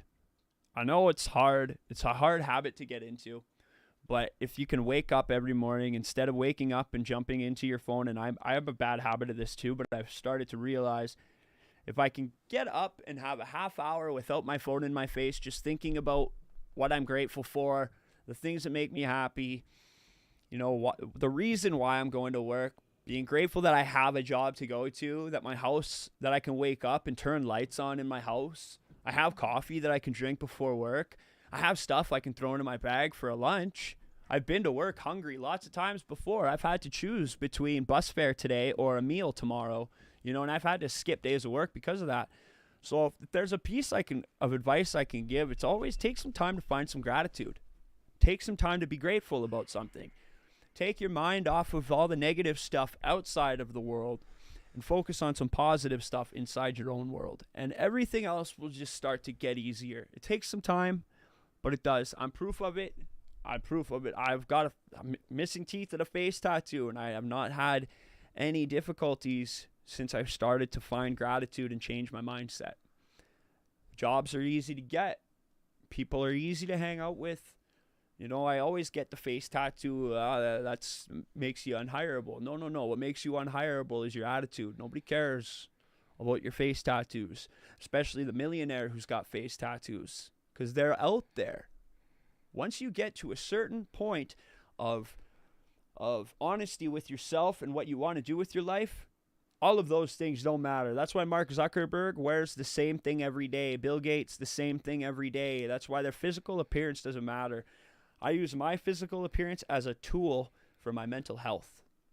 I have my daughter's initials tattooed on my face, so I stopped looking in the mirror and hating myself while I was recovering from all of my stuff.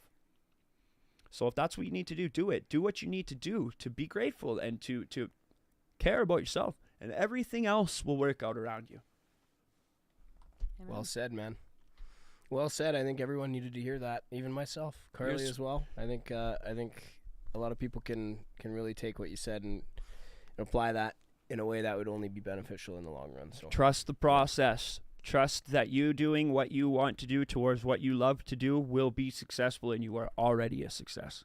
who would have thought this would turn into a seminar, right, at some point? This is just like a love yourself seminar, trust yourself, forget what other people think. This is the kind of stuff people need to hear. Positive mindset creations. Yeah, man. That's the amen. basis Yeah, of dude. all of Yeah, it. It's the exactly, basis right of- on. And that just came into my head out of nowhere. I was thinking about what I can name the management marketing side without attaching it to what I'm doing, where I can go mainstream with that. And PMC just came into my head, man. There you go. Yeah, so it's like that's it. And reading about people who go from the rags to riches stories, that's how they all start. An idea came into my head, and I was tired of where I was at in my life, and I was tired of being sad, and I was tired of being upset, and I was tired of feeling like a failure. An idea popped into my head, and I ran with it and didn't give anybody any chance to tell me any different. Yeah, well, for some people, a lot harder or a lot easier said than done, right? And so It's very, very you're true. definitely a testament to the. That's to the that's truth another there. reason why I do my best to encourage everybody in every aspect. Once again, the root of it is always helping people. Help others, man. It's better to give than to receive. You can only No doubt receive about by that. giving, man. That's right. Because you just and you might just get you could throw $20,000 in my lap right now, and I wouldn't know what to do with it. It would probably do more harm in my life than it would good. Takes a lot to say that, right? I had to realize that when convincing myself that I don't need all these material things, because I wouldn't know how to deal with car insurance and paying for gas and repairs and like. So in the end, I think I get deep into it and it's like, yeah, I'm good right where I'm at and I'm right where I want to be and I'm right where I need to be and I'm right exactly where I worked to be. And I accept it and trust the process and keep on going. Right. Well, you sweet boy. Yeah, I man. could keep talking with you for hours, buddy, but I know you gotta get to a repair. Yeah, no, it's okay. Well, I haven't shut you down yet because it's great hearing you talk, and we don't have guests on this show that are that as inclined as you are towards positive mindset and I guess self growth and business oriented content. I mean, throughout the entire thing as well, which is a really cool mixture. But you're able to present it really well, right? You made really clear what you do with trash talk and goals outside of that, but how that influenced you to be the person that you are now, right? And what got you there. So it's been really great hearing you talk. We appreciate you coming out, man. I love doing really this kind of stuff. It's like, it's all a part of it, man. It's all a part of it. If I didn't, I wouldn't be here doing it. I would be at home doing what I love to do. And I'm actually gonna go pick up my kid and go see my mom. Because my mom just moved to Calgary and I haven't been within walking distance of my mom in 10 years. Well, there you go. So I'm going to go have dinner with my mom and I'm going to listen to her gossip about stuff. Yeah. She's and going then to you pull out your phone and be like, what I did today, Mom. And you pull up No Pain Roofing. and Facebook she's going to be page, like, and go, oh, wow. she's going to be like, I really don't care about your heavy music, son, but I love that you're doing it. Yeah, well, there's still hope left. There is hope. She loves. My mom supports me to death. One of my favorite pictures from that big show was being able to get my whole family in that picture because before I did the band stuff to run away from accepting who I was in life, and now I'm doing the band stuff so I can fully realize who I am. That's a great note to end on right there. We'll frame that. Hell yeah, Frame buddy. that quote. Okay, cool. Yeah, well, for all of you who tuned in, I think we're running close to an hour 45 minutes. It's one of the longer ones, but it's been great. It's been inspirational, and it's really helped people to open their eyes about certain things in their own lives, maybe that they haven't considered before, things that they haven't worked towards in the past. But I think inspiration is the greatest word to use, right? So thanks for being here with us, Nate, and we certainly have you back again in the future at some point because this is a fast-growing thing, right? It No is. doubt about It You're is. getting more clients and new developments. Yeah, every once in a while. So it's moving a lot quicker than I thought it would. I actually was told yesterday that by next year I might be running the whole metal block for a festival up in High Prairie. Hey, right so on. I might be looking to book some Stone Relic, buddy. Yeah, hopefully. I'm hoping to be up and running by that time anyway. So Yep, and we'll see what happens. My bands, the PMC bands, they're gonna be a cut above. They're gonna be a cut above, and it's not gonna be for any other reason than those guys. My crews will sit down, they'll plan, and they'll focus, and they'll do stuff different than everybody else. Because that's the big thing when it comes to being a band now is you got to do stuff different. Right on. Well, that's what creates the appeal. Right, no doubt about it. Yeah. Well, on another note, we did have a mystery word winner. Thankfully, Lightning McQueen, I'm Light- pretty sure was our winner. That was he a good came one, in too. with promotion, I think, is what we got. Yeah. So yeah, we're gonna be going live. I think it's gonna have to be Tuesday, actually, this week, because I'm gonna be away on Monday. We would normally host the prize draw on Monday, but this week I think, or next week, it will be Tuesday. On your birthday. On my birthday. My birthday is on Tuesday, 5th of July. Be 28. Strong years old. Strong years. We'll say strong years. We're 28, getting up there. I thought we were the same age. Yeah, I'm turning 28. I'm 27 currently, man. So yeah. That's all right. My mustache is almost as long as yours, though. Hey, Almost. I feel like I'm 47. Oh wait, you said 27. That's because you're cladding. My That's probably bad. why. I feel a little older. I'm a wall roofer, bro. We are wall roofers.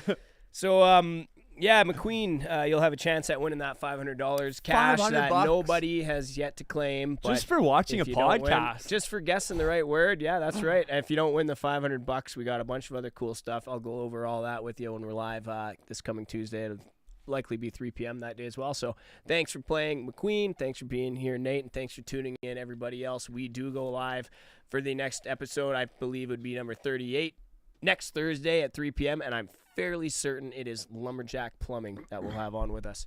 So everybody tune in. It'll be your chance to guess the mystery word and win yourself $500. Even if McQueen wins it, it'll be another $500 to be one. So thanks for tuning in. Carly, thanks for doing the tech. Thank you, Carly. Fabulous job. Nate, again, thanks for being here. And in the meantime, take care, be safe, and be grateful, everybody. Every morning, be grateful. Check it out. Trash Talk or Nate Trash.